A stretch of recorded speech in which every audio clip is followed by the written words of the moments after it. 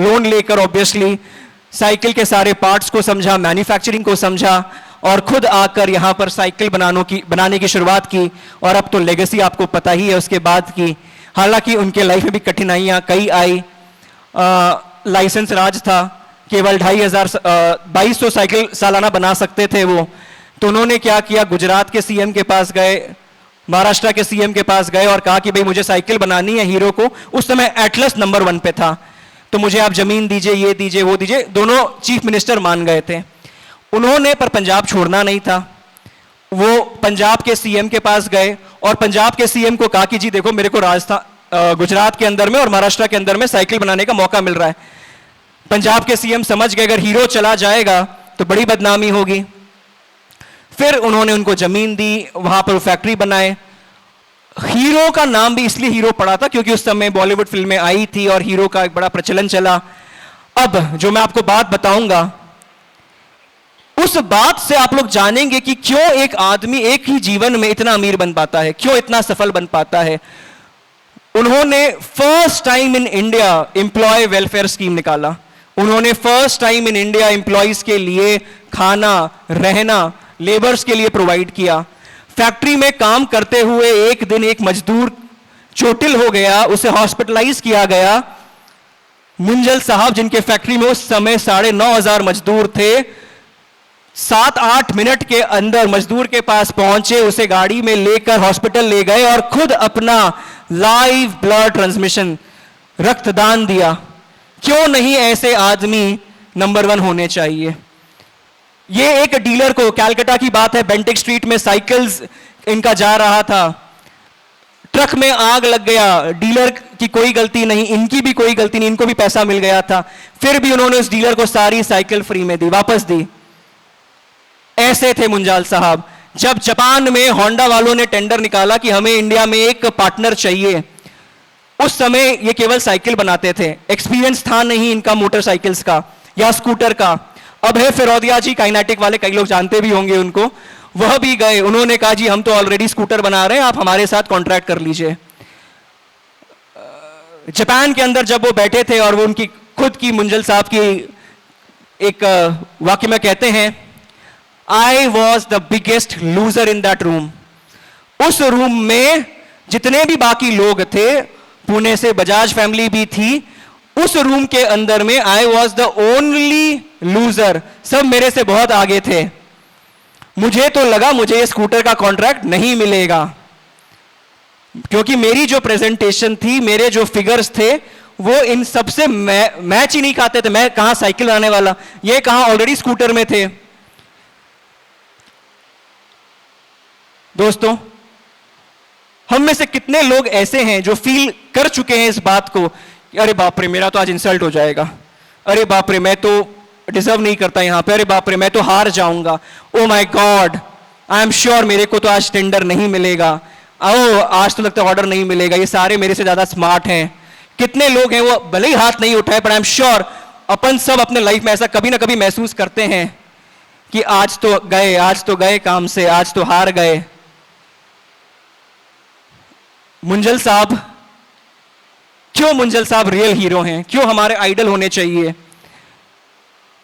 क्यों उन्होंने हार फिर भी नहीं मानी। मैं आपको बताता हूं। जब उनका टर्न आया, उनकी बारी आई, वो मीटिंग रूम में गए। जापान के होंडा कंपनी के सीईओ ने उनसे कहा कि भाई आप तो साइकिल बनाते हैं, हमने आपका रिव्यू किया है, but I am really sorry, we will not be able to get into a partnership with you for the scooters। Munjal साहब ने अपने जीवन की कहानी बताई कि कहां से उन्होंने शुरुआत की।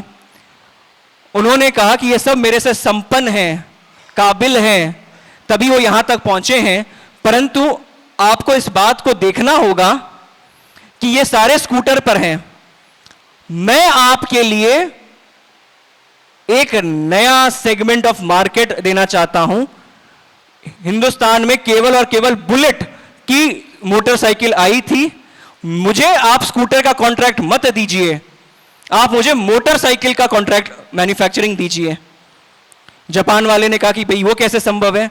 उन्होंने कहा हमारे पास लार्जेस्ट साइकिल नेटवर्क है, और जो अब इंडिया का युवा है वो अब साइकिल से उठ के मोटरसाइकिल पर आएगा। कन्विंसिंग पावर, कन्विक्शन, डर के बावजूद भी पांव कपाए, वो पांव थर थर थर थर कांपे नहीं, डर नहीं लगा। उनको पता था कि हार गए हैं, टेंडर नहीं मिला, पहले ही लाइन पर उसने बोल दिया कि we have rejected you. Rejection के बाद में भी जो उठ खड़ा हो वो है मुंजाल साहब। उन्होंने एक नई स्ट्रीम बना दी। क्यों ये आदमी क्रांतिकारी है? हीरो होंडा स्प्लेंडर ने अपने बचपन में सबने देखा है। क्यों इन्होंने एक नई स्ट्रीम बना दी और कमर्शियली वायबल लेस साउंड की एक मोटरसाइकिल की स्थापना कर दी इंडिया में, हीरो होंडा। पूरे बात को उन्होंने घुमा दिया। कहां स्कूटर का उन्हें कॉन्ट्रैक्ट नहीं मिला तो उन्होंने मोटरसाइकिल की नई रेंज बना दी। दोस्तों, ये वो इंसान है जो अपने डीलर को फ्री में साइकिल देता है, अपने स्टाफ को खून देता है, फिर भी अपने व्यापार में इतना अलर्ट, इतना अटेंटिव, इतना एक्टिव रहता है कि इसको पता है कि अगर आगे बढ़ना है तो अब जीवन में आए हो तो जीना तो पड़ेगा ही, चाहे हंस के जियो या रो के जियो। जय गुरु राम, जय गुरु राम। बोरिंग लग रहा है? इंटरेस्टिंग स्टोरी सुनाओ। हाँ, तत्कालीन भारत का वाइस प्रेसिडेंट कौन है? हाथ उठाएं। Who is the chief justice of India? हाथ उठाएं। आरबीआई का गवर्नर कौन है अभी? हाथ उठाएं। यस, कौन है? कौन? संजय मल्होत्रा। 135 लोगों से भरे हुए कमरे में यही नहीं पता कि नोट कौन साइन कर रहा है। दोस्तों ये बताएं, ये पोस्ट किस हीरो का है?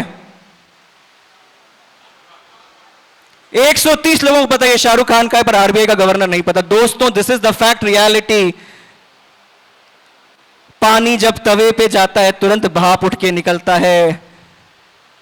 तपस्या तो करनी पड़ेगी, सुनना तो पड़ेगा आज मुझे, क्योंकि आप लोगों को आरबीआई का गवर्नर का नाम नहीं पता। एंड मेरे को भी नहीं पता, हालांकि मेरे को पता है, मैं मिनिस्ट्री ऑफ कॉमर्स से आता हूं, मुझे बोलना पड़ेगा, मुझे पता है। कोई लोग रिकॉर्डिंग कर लेंगे तो दिक्कत हो जाएगी। पीयूष गोयल को वी रिपोर्ट, पीयूष गोयल हमारे बॉस हैं, उनको हम लोग रिपोर्ट करते हैं प्रिंसिपल सेक्रेटरी के थ्रू। और तकरीबन 80,000 एक्सपोर्टर्स को रिप्रेजेंट करता हूं मैं। I am the youngest elected committee member at the Federation of Indian Export Organisation. ये मिनिस्ट्री ऑफ कॉमर्स द्वारा स्थापित है और 1960 से लेकर अभी तक 85 साल में 35 साल की उम्र में कोई भी कमेटी बोर्ड पर नहीं आया है। इलेक्शन में जीत कर वहां गया था। जब मैं वहां पहुंचा और जब बातें हुई, कल उपाध्याय प्रवर से भी बात हुई थी, उन्होंने कहा कि आप कैसे मैनेज करते हो, लोग तो सुनते नहीं होंगे आपकी, आप छोटे हो। मैंने कहा उपाध्याय प्रवर, आप एकदम सही कहते हो, मुझे भी यही लगता है कि छोटे की कोई सुनता नहीं। आप सुन रहे हैं? नहीं सुन रहे? आप तो सुन रहे हैं ना? पक्का सुन रहे हैं ना? तो मैंने कहा मैं कविताएं सुनाता हूं वहां पे, यकीनन मैं कविताएं सुनाता हूं, मैं अर्थशास्त्र पे कविताएं सुनाता हूं और मैं अपनी कविताएं सुनाकर अपनी बातों को मनवाता हूं। क्योंकि कहते हैं जहां ना जाए रवि वहां जाए कवि। कविता मेरा एक ऐसा वाहन है, एक ऐसा कहते हैं ना वेपन है जिससे लोग सुनते हैं। और इसका तो नाम भी नहीं लिखा हुआ है। कौन है ये?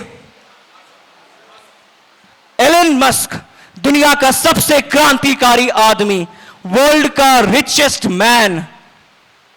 10 साल की उम्र में हजारों किताबें पढ़ डाली, 12 साल की उम्र में कंप्यूटर में बैठे बैठे गेम बनाया, $500 में एक अमेरिकी कंपनी को बेचा। सन 1995 में Zip2 करके एक सॉफ्टवेयर कंपनी बनाई।